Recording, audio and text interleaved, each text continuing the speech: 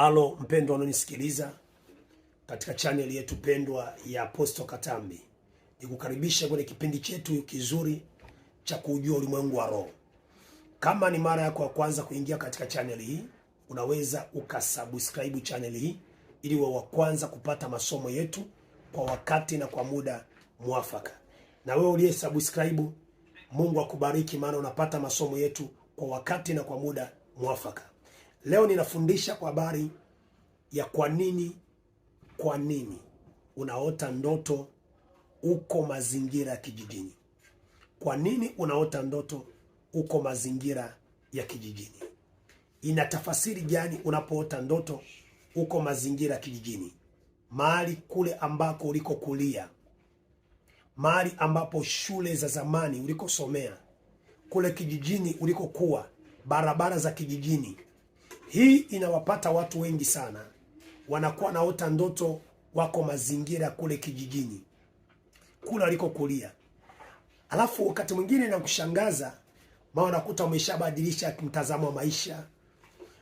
Maisha yako umehamishia mjini, makazi yako umehamishia mjini. Lakini kwa nini mara kwa mara unaota kule kijijini? Kwa nini unaota nyumba zile za kijijini mara kwa mara? Kwa nini unaota yani mazingira ya kijijini mara kwa mara? Na wakati mwingine unaota uko kwenye barabara za kule kijijini, visima vya kule kijijini, katika ulimwengu wa roho. Hizi ndoto zinamaanisha nini? Na wakati mwingine pia unaota mara kwa mara uko na watu wa kijijini. Hizi ndoto zinamaanisha nini? Wakati mwingine unaota mara kwa mara upo katika visima vya kale vya kijijini, maeneo ya kijijini. Pendwa, wengi wanajiuliza ndoto hizi zina maana gani?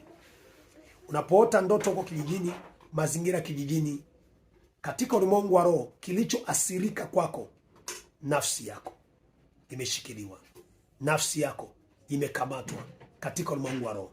Unasema mtumishi, unaongea nini? Yaani unaonyeshwa kwamba kifungo unachopitia, umefungwa kwenye ile ardhi.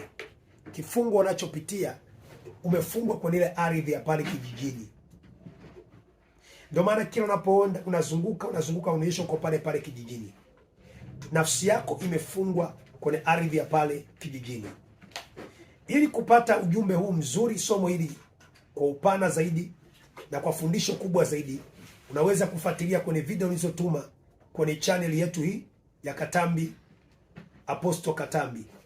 Unaweza ukasubscribe channel hii ili kupata masomo